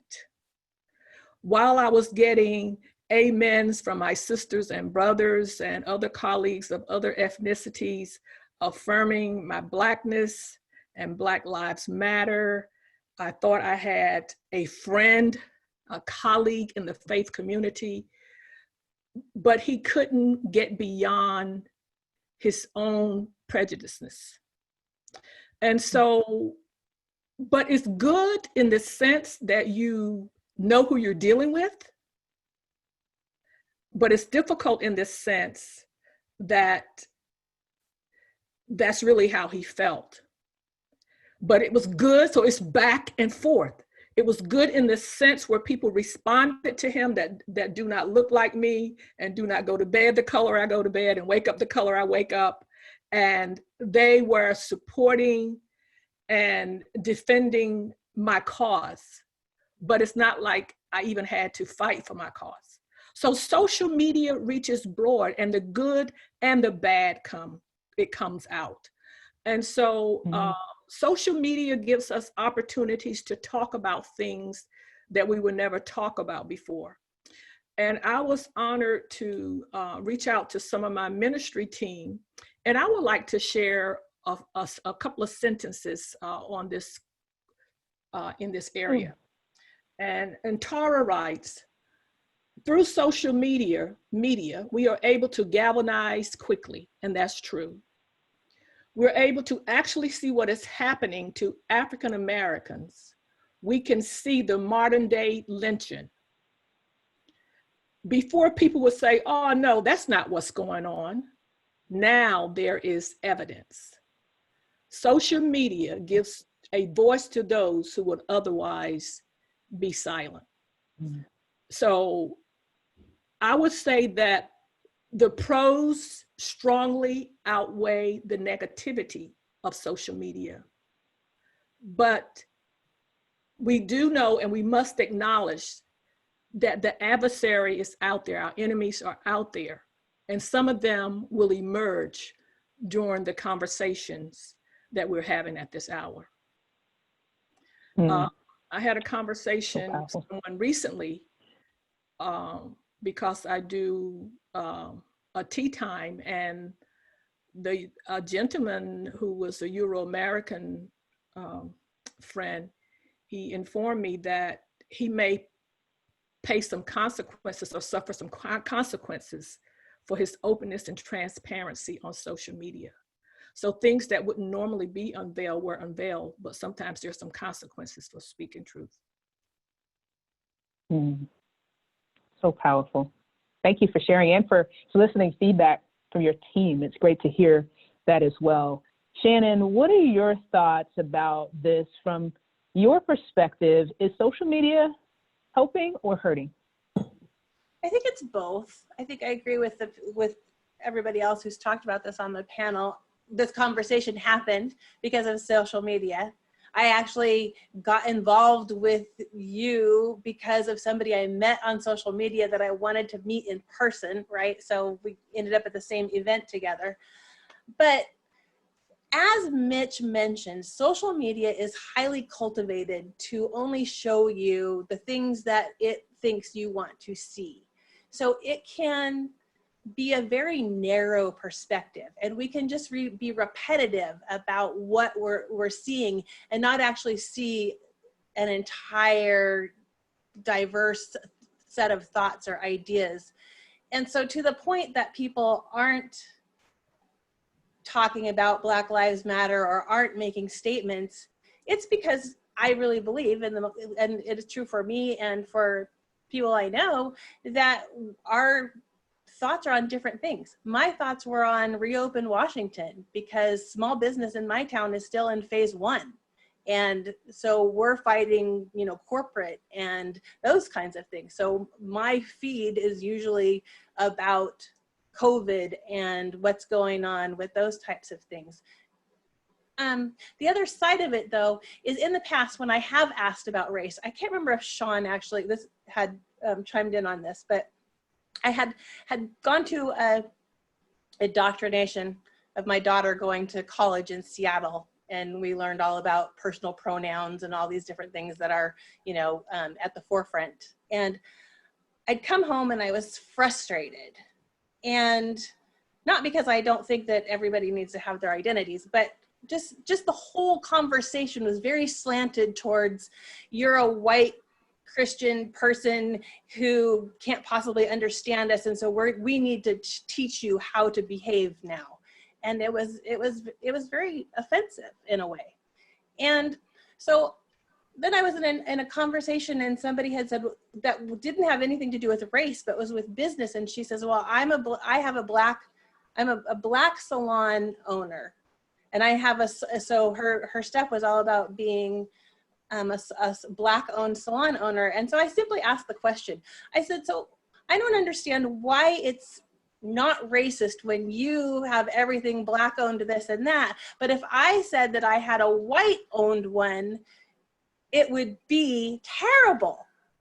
And so we were kind of having some conversations, but what happened was the people of color that were responding were angry. They wanted to point out my white privilege. They were just angry and spewing things at me. And the couple people who did private message me wanted to give me a whole list of books that I needed to go read before they would have a conversation with me. And but social media is about being social. I want to have a conversation with you. So if you're going to private message me, let's have a conversation. Let's jump on Zoom. I don't want to have to read 10 books before I can have a real conversation with somebody and listen to them. And they hadn't even asked me if I'd read any of the books, which actually some of them I had.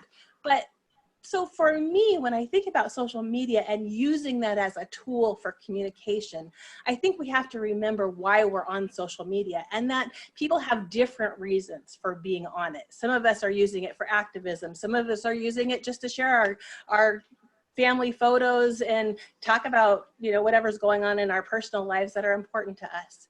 And so we need to look at who it is that's making the posts, I think, and figure out what kind of conversation they want to be holding. And when we become in relationship with that person, then we can open up those doors and have that conversation in a way that's not defensive and divisive, right? So that's really nobody's important. listening to each other when we're all just yelling back and forth using hashtags. Yeah, that's good. It goes back to a quick comment here. It goes back to Antonio's comment about the gate. How you communicate demonstrates whether or not you're truly open to a balanced discussion or not. And I do think that you highlight a point that I've heard a theme of tonight as well, is prejudging. If we notice something about someone that we have questions about or we disagree about, how often are we prejudging what their intents are and what that person is all about rather than having a discussion? Right. Are you willing to ask the question and have the discussion? If you don't see what you're expecting to see, are you willing to start a discussion? You may just find out that what you thought was true was not true. So great discussion so far tonight. We are getting near to the end of our time, but I definitely want to have this question thrown out for discussion tonight. Opinions on whether lasting change will follow the efforts of those that are rallying for equality and against injustices that have been committed are divided. I don't think that's a surprise to anyone. Some believe that the environment is ripe for change, that the time for change is now. And others believe that this is more of the same, and in time we'll go back to the way things were. They just don't believe that there is any tangible evidence that change is at the heart level and will be sustained. Dr. Peacock, I'd love to hear your thoughts on this. What is your assessment of today's environment? Do you feel that it's ripe for change, or do you have concerns that we could end up back at the same place? I do feel it's right for change because there are people that weren't willing to share their voices before that are now sharing their point of view. Will change be overnight? No, because we didn't get in this situation overnight. And I think it was Sean that was alluding to the inception of slavery going back to 1619. So we've been working up to this point for 400 years, and but change is slow. I remember I think I'm one of the oldest ones on this panel. I remember in high school in 1972, we were having the same conversations or similar conversations around the table. And we also know that even prior to that and during that time, that was the civil rights movement. But in 1972, in my class, there was a group of African Americans and white in a circle, and we were given a styrofoam cup. And we were to take the cup and hold it in our hands. And through this cup, the assignment was to share your feelings about the opposite race through your demonstration of touching this cup. Some gently held the white styrofoam cup. Some threw it, some broke it, some stomped it. Do we have those feelings today? Years later, many do, but some do not. And so as we look at the whole process of the protests in the streets, where men and women come together around the world to make a statement for what they believe and to lift their voices, many of those voices that would not normally be heard, I do believe a change will come. And I do believe a change is coming, and some has come. I just want to read a few excerpts about race-related things that have changed since the protests began around George Floyd's death. Minneapolis has banned the use of choke holds, as have Washington, D.C., Chicago, and Denver. That's change. Prosecutors upgraded charges against Derek Chauvin and the other 3 officers. That's change. The FBI launched an investigation into the death of Breonna Taylor after that. That's change.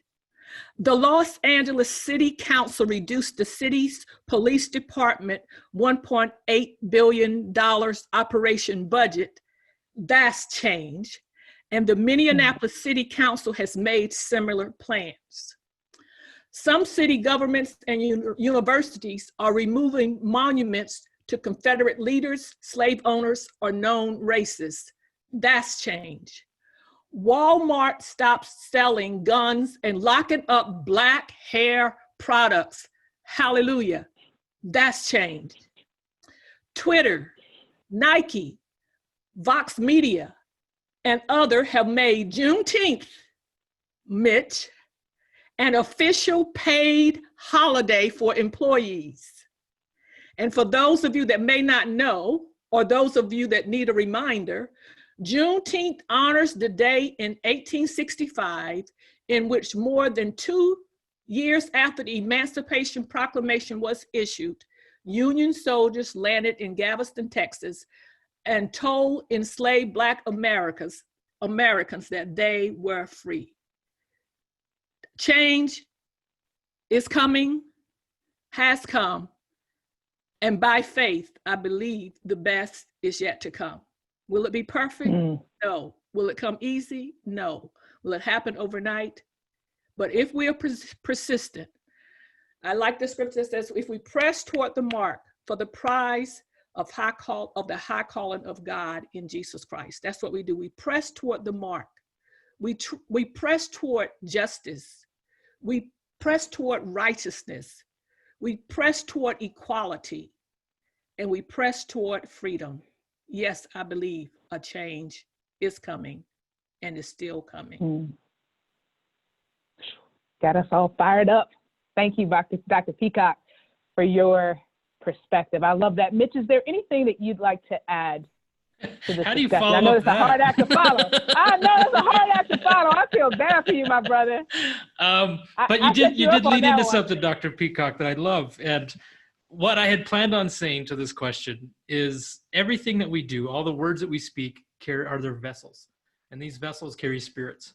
And so if I am speaking to somebody with the spirit of hatred and resentment and bitterness is such a poison, and too many Americans are drinking it no matter what color your skin is. If you're delivering these voices, these messages, these vessels of spirits in the wrong spirit, then change won't happen. I believe at the time in the original question is there's a demand for change. It's just we've reached a point, in my opinion, where things cannot stay the same. And if they will get ugly if they do. Like people are just fed up to a place where it's like, no, the change has to happen.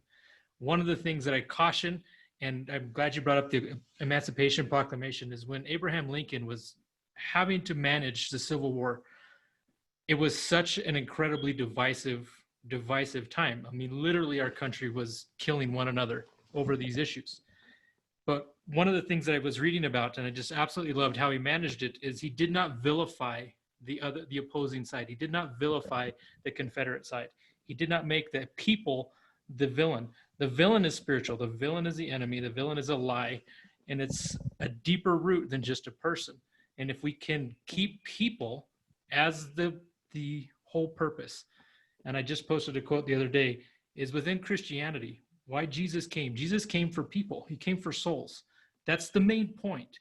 And we forget that people is the main point, regardless of what color you are. If you can keep people from being your enemy and realize that there's another enemy behind manipulating people, then you can get some change. But if I turn you into an enemy, then it's not going to happen. If you turn me into an enemy because of the color of my skin, then it's not going to happen. We cannot vilify one another. We have to vilify who's actually behind the scenes. And so if you picture all America in the center of a valley, the enemies are in the trees. It's a spiritual battle. It's people, and if we keep fighting amongst each other down here by ourselves, how many times in the Bible did we see where they didn't even have to fight because the armies killed themselves?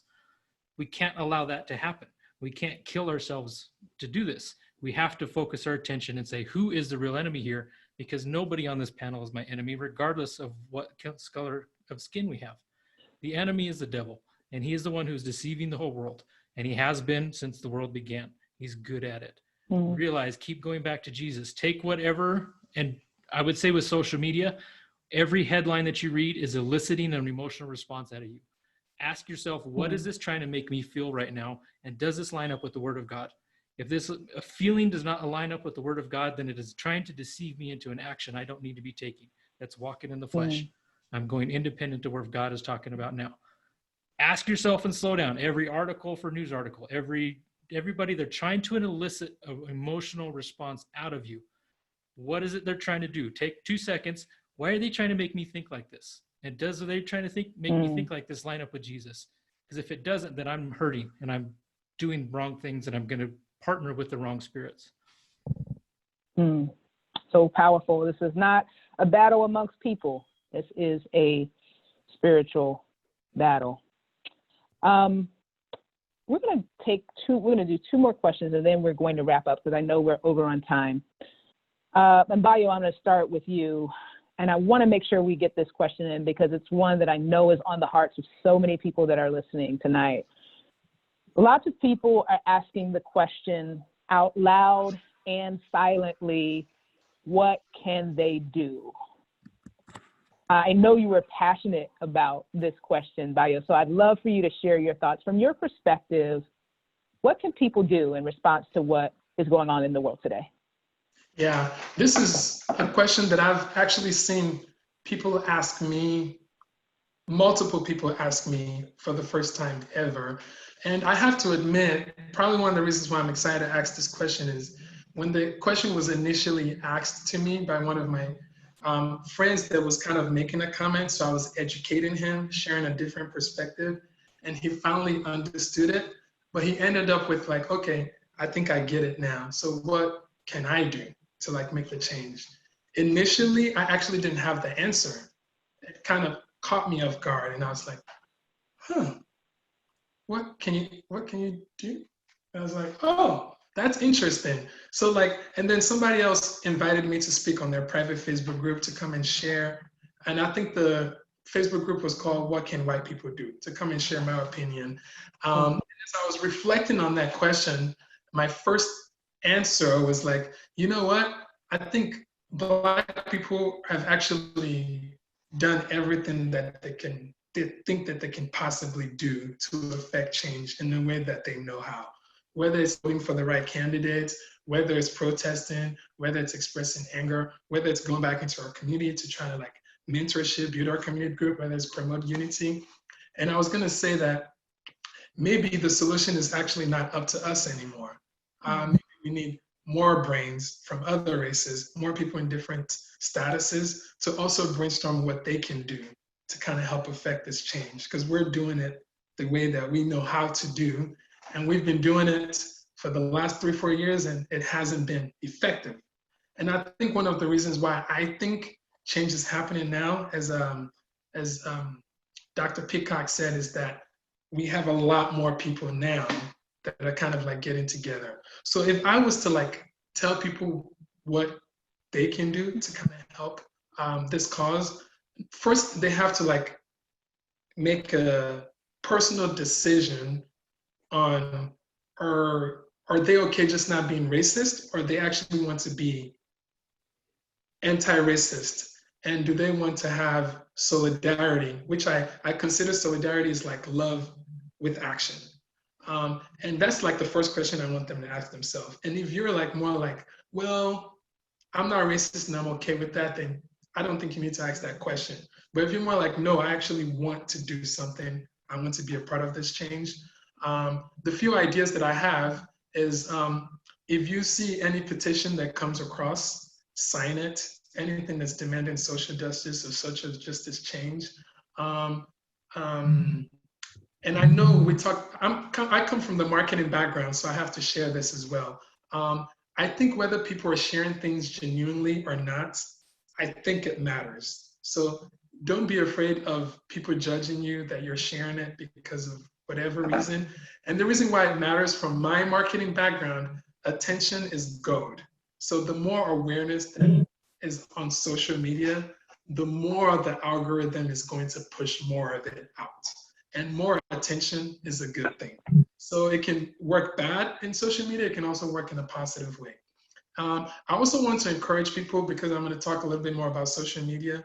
Being that I run a marketing agency as well, the way we market and target people, we target people who have specific interests. So you are going to, whatever you like, whatever page you like, you're going to see more and more and more of that. So if the only pages and interests that you're interested in is things that align with your views, I want to like challenge you guys to actually like other pages that's like opposite of your views. Go like other people's pages, go express interest.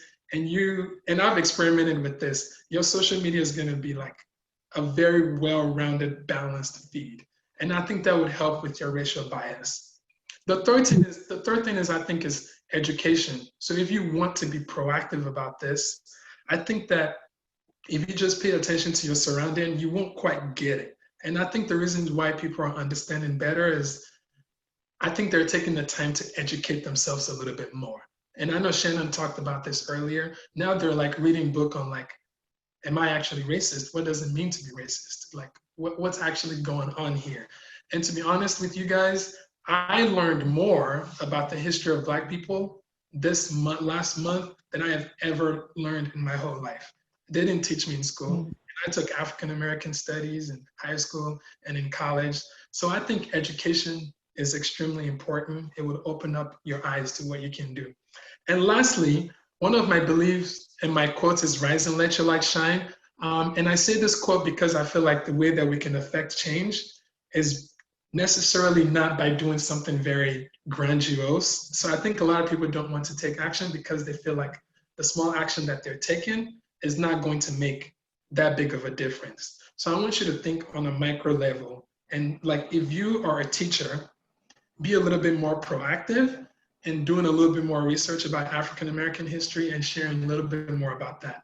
If you're in the healthcare field, try to learn as much about bias in healthcare. So then when you're treating an African American patient, you know, you're aware of like what bias that you've had naturally that you're not aware of, so you can treat them better. If you're a police officer, do a little bit more training and education on like your biases. And support Black-owned businesses. And I think sometimes people see that as unfair, but I'm kind of a data guy too, Sean. And one thing that's happening in this COVID-19 is that almost half, 50% of Black-owned businesses are not going to recover from this, and they're going to shut down. So again, your inequality sometimes doesn't look like, I think a lot of people look at equality as Black versus white. And if you support Black, you're going to get Black people here. But I think in reality, it looks like this is white and this is Black. And you supporting Black is probably going to get them here or a little bit here.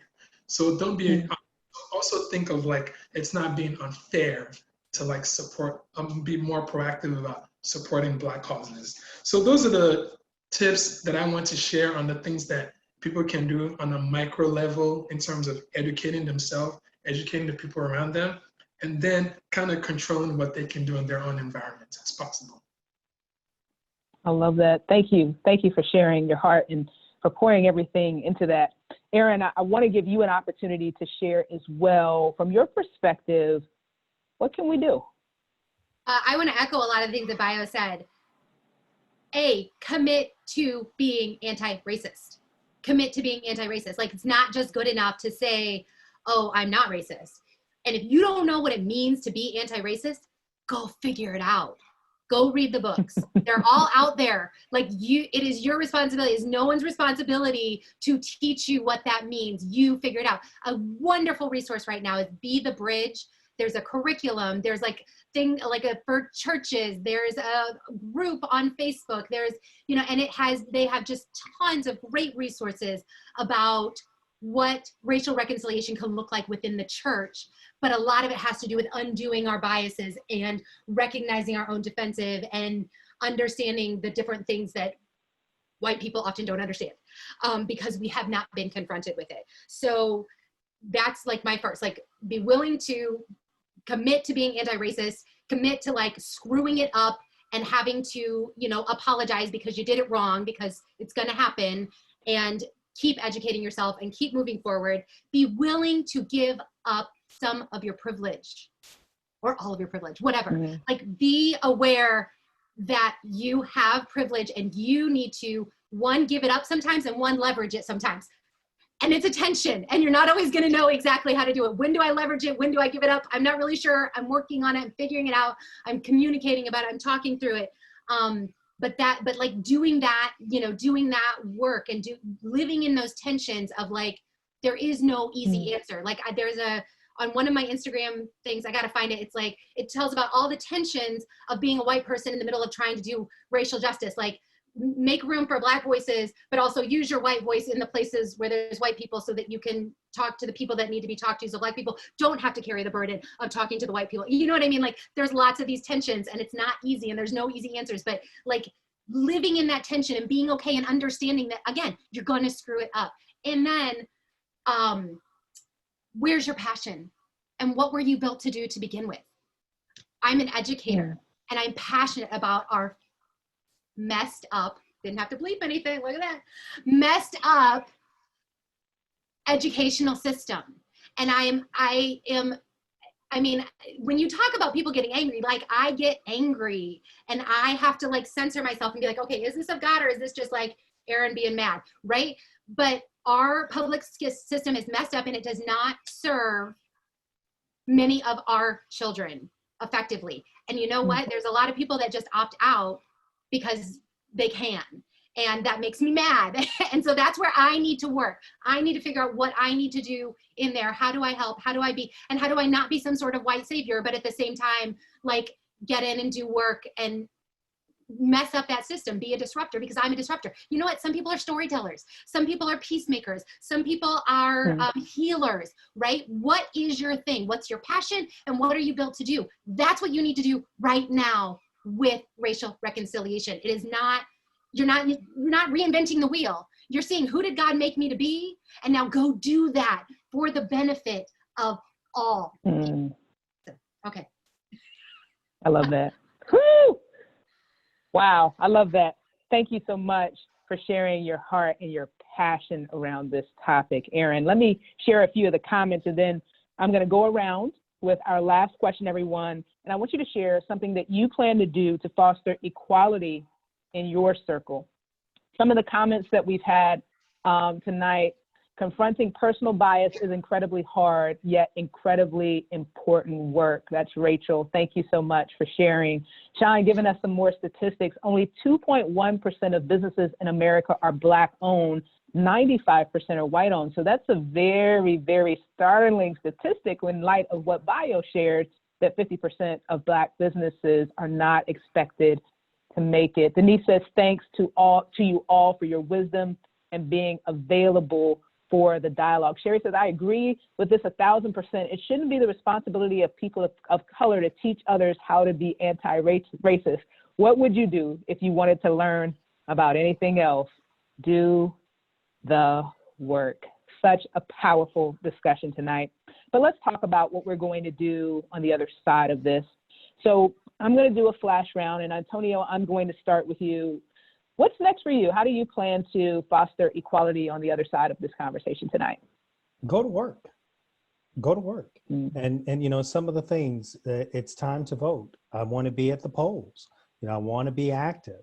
So it's really time to get involved, get out of my comfort zone. It's very easy, you know, my for, no more, it's all good.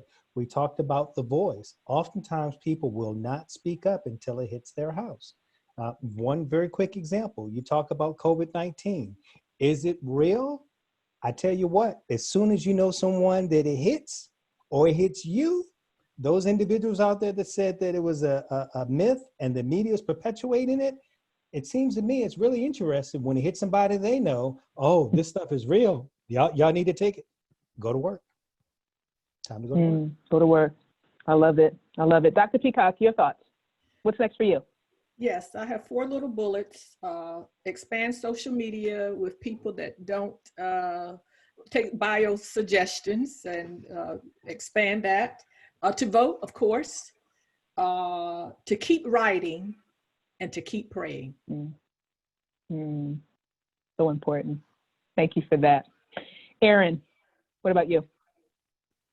Like I said, my passion is with education. And so bringing my girls up to understand what anti-racism is and to do that work for themselves and also for their peers and with their peers. They've been involved in book groups and all sorts of things that I, they're like, why didn't grandma and grandpa have you do this? And I'm like, the word anti-racist has only come into my vocabulary in the last 6 months. So that's probably why grandma and grandpa didn't do this for me, okay? So like, we're doing the best that we can here, girls, but helping them understand how important this is, and then helping them to be agents of change, helping them to be what the next generation, you know what I mean? Because that's where our hope lies, is in the next generation. And so with the girls that I mentor and the girls that I coach, being very open to discussions, helping them to see things that I did not see at their age, that I did not understand at their age, and then, passing that on to the next generation, and disrupting in any way I can the education system to help it to work for everybody, not just for a few. I love that. The disruptor. Bayo, what about you? What's next? Yes, I think for me, one thing that I've done more so this year, and I know Shannon talked a little bit about this, I've actually been engaging with people, private messaging, commenting on their posts in a non-defensive way, in a way to like educate them. And I've been very, very proactive about that, even if it's like 2, 3, 4 people that I'm able to share some perspective with, in a way that they feel comfortable, that they won't offend me. That's one thing that I've been trying to do proactively. Secondly, I think it's what Antonio said, it's kind of go to work and vote.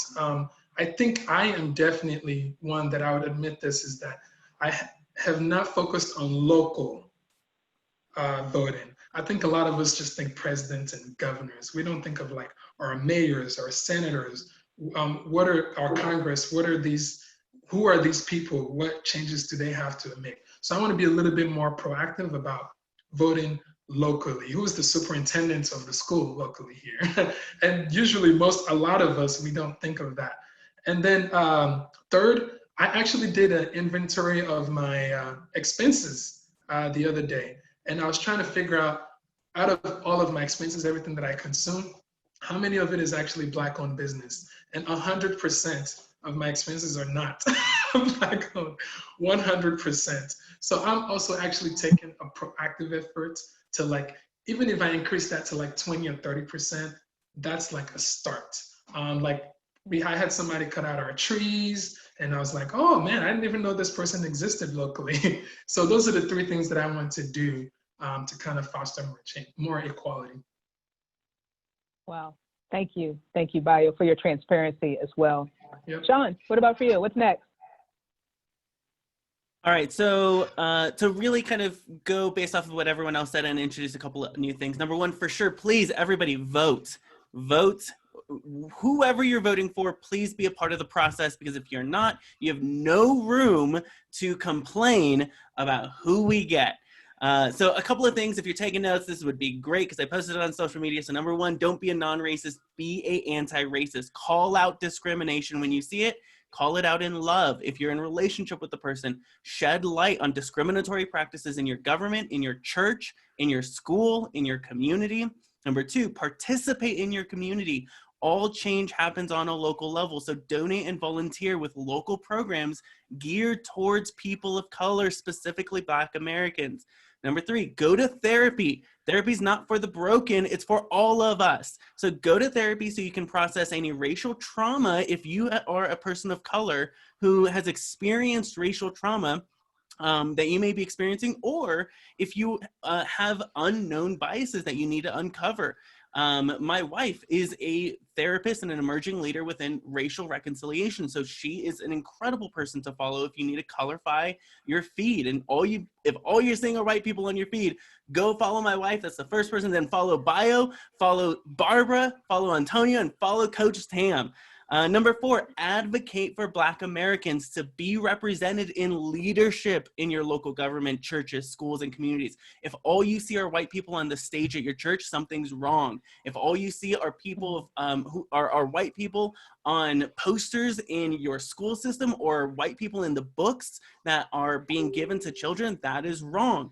make sure you're advocating for people of color and Black people to be represented as well. Number 5, stop saying all lives matter. It dismisses the pain and anxiety and trauma and systemic racism that Black Americans face every single day. Number 6, if you have a platform, a podcast, a stage, a classroom, a show, a conference, an event, whatever, if you have some type of platform, please feature people of color as frequently as you do white people. And the reason why is I cannot tell you as a business owner how many conferences I've been to, how many conferences I've spoken to where I'm the only person of color in the sea of 25 other speakers. Or I've attended conferences where the only people who are speaking and training are white people and not people of color being represented. So make sure that you're calling that out. And if you have that platform, you're featuring those people as well. Number 7, support local businesses owned by Black Americans and people of color. Like I said in the chat, 2.1% of companies, of businesses, which is the #1 source of wealth, mind you, which Black people, white people have 10 times the amount of wealth. The average white American has 10 times the amount of wealth than a Black family. And so support local businesses that are owned and run by Black Americans and people of color. Number 8, I got 2 more. Urge your representatives. And this is for those who don't want to just vote, but they want to get involved. Urge your representatives on a local, state, and federal level to invest in 2 things. Number 1, infrastructure in communities of color. I cannot tell you how many communities of color have broken roads, broken bridges, run down stores. Like just, it's incredibly distraught. So make sure you are asking your representatives to invest in infrastructure and in job training programs for low-income workers. The majority are people of color, and also to increase college and business grants to people of color. Number 9, be informed. Read books by Black authors. Listen to podcasts by Black speakers. Watch videos of Black stories. Stay up to date on the data. And finally, follow Black influencers, therapists, business owners, and leaders so that you can begin to recognize the difference, the different world that they live in and how you can be a part of the solution in their lives. And that's it. Amen. And he drops the mic. And he dropped the mic. Mic drop. Shannon, what would you add? What do you plan to do? What's next for you? Oh yeah, put me after Sean. Now I don't really have to say anything. I know. You know, but seriously, for me, it's just continuing to. I like Aaron's word disruptor. I think several of my Facebook friends would say that I'm a disruptor, not just about race, but a lot of different difficult topics that I will bring up and just ask the question. And then there's a lot of education in the back and forth that people have as their, I kind of stir the pot maybe. The other thing I really admire is in our church, we want to be diverse, but we are a middle-aged, older, white church. It's not for lack of trying or lack of wanting to have diversity in our church.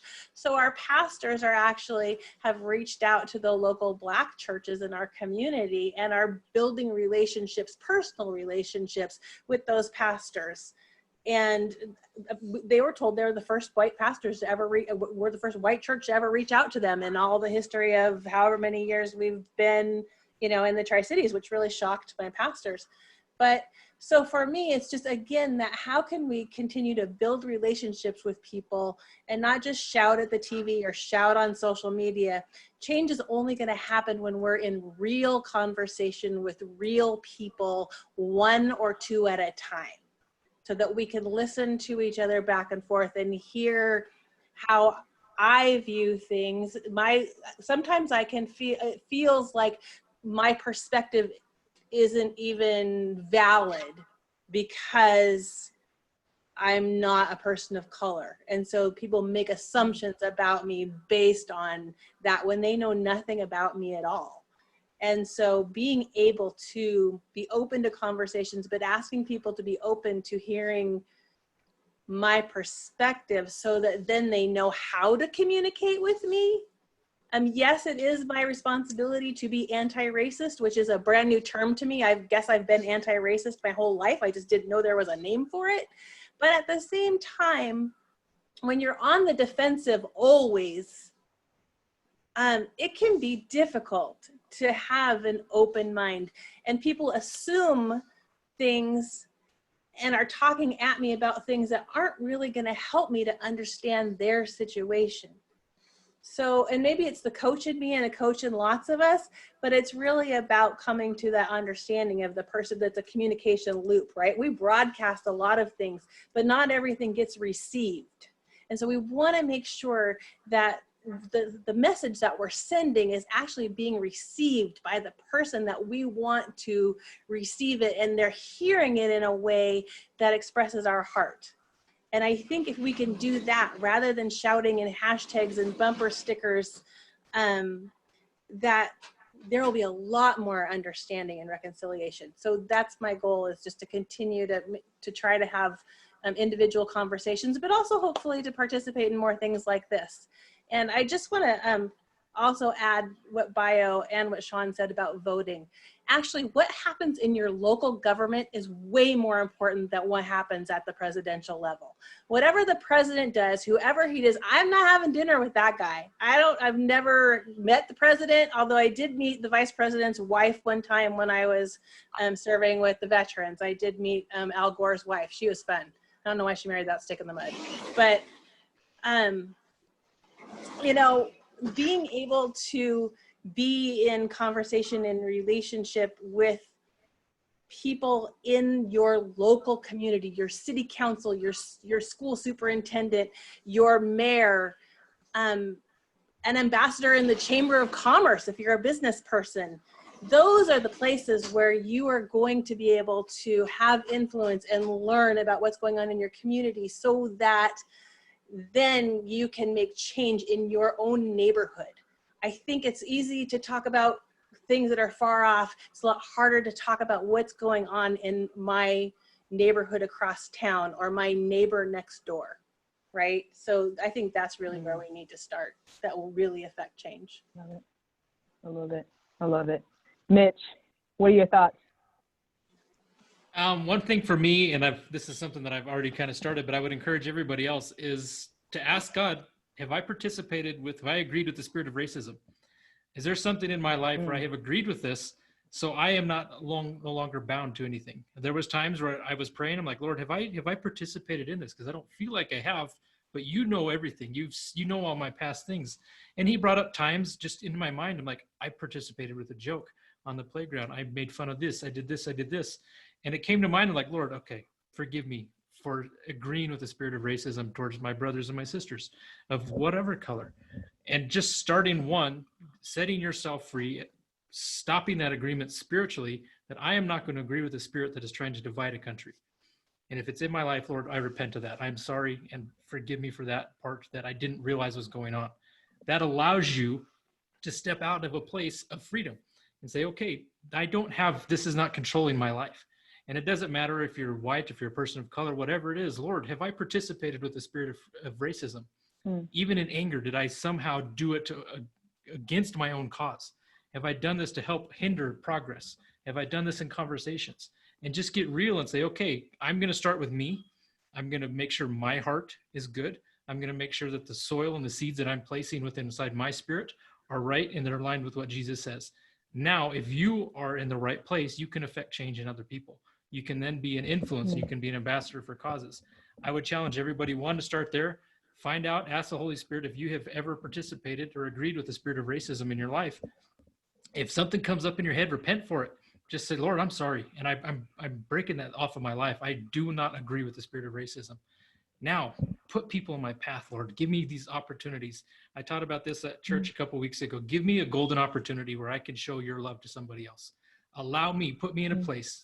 Pray for divine connections. Pray for somebody to come into contact with. I'd love to connect with everybody on here on this panel more deeply so I can learn your story, so I can share bits and pieces of my testimony, so I can hear bits and pieces of your testimony of what you've overcome. Testimonies have life. As much as I think in the world today, sometimes people get so caught up with being against something, they forget what they're for. And there's more life that comes with what you're for than what you're against. And so if I can share what this is life-giving, this is a positive testimony, this is how I've overcome an obstacle, that's going to affect me at a heart level much deeper than just what you hate. there's plenty of things to hate. There's always trying to give us bait to hate different things, but that hate doesn't change anything.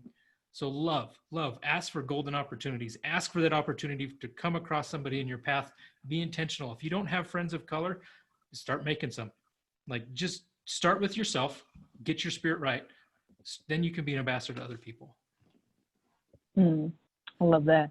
Wow, I can't believe it. It is 10 o'clock Eastern. The discussion has been so good, and you guys have shared so much, and the audience has hung in there with us. So, audience, I'm curious.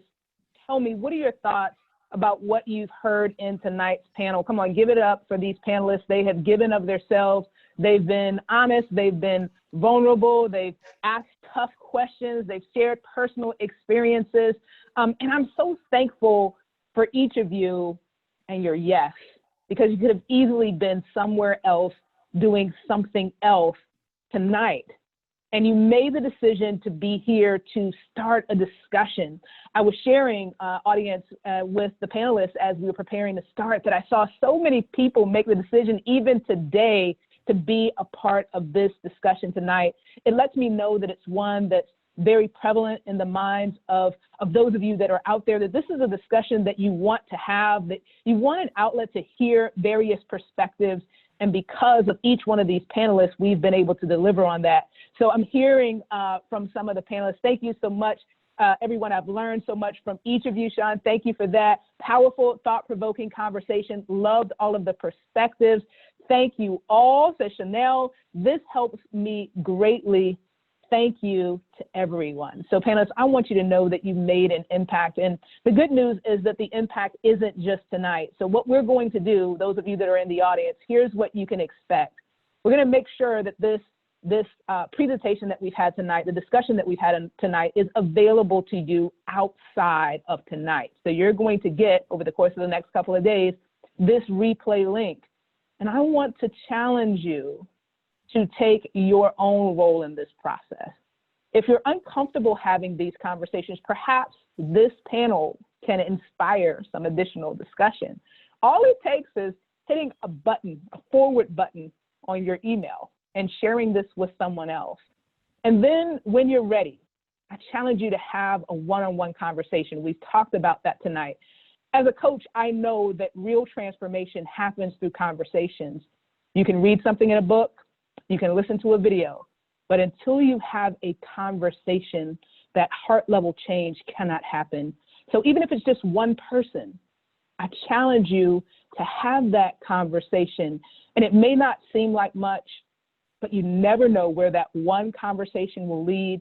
And that one conversation may lead to another and another and another. And then when it's all said and done, you have been a part of the change that you want to see. So I want to thank you for dedicating the time to be here with us tonight. And I'm going to ask you, Dr. Peacock, I know you're ready because you're always ready. I'm going to ask you to close us out in prayer. Will you do us the honor? Yes, let us pray. God, your word tells us in Psalm 46:10 to be still and to know that you are God. So regardless of what the challenges are, the difficulties, the racism, the classism, we know that you have the answer. We know that you are still God. But you have called us to be responsible and to make a difference. You have called us to go into the world and to empower and to equip and to love. And God, you promised us that you will heal our land. You said, if your people, and God, we are your people, Black, white, Jew, Gentile, male, female, young, old, rich, poor, we are your people. And you have called us and we have said yes. We have humbled ourselves tonight. We have shared from the depths of our hearts, and we thank you for every listener now and those that are yet to come. And so we come praying. We come seeking your face. We come saying that we're sorry for our sins of omission and commission. Forgive us of things that we should not have done. and forgive us for not doing things that we should have done. We repent and we confess. You tell us that if your people who are called by your name, if we humble ourselves and pray and seek your face and turn from your wicked ways. And God, we're turning, we're changing, we're transforming, we're moving forward. And you promised us that you will heal our land, that you will make us the community and the people you have called and destined us to be, even before the foundation of the world. And we receive that by faith as we keep hope alive. In Jesus' name, amen. Amen. Thank you so much, everyone, for your participation. God bless you, and good night. Good night, everyone. Good night.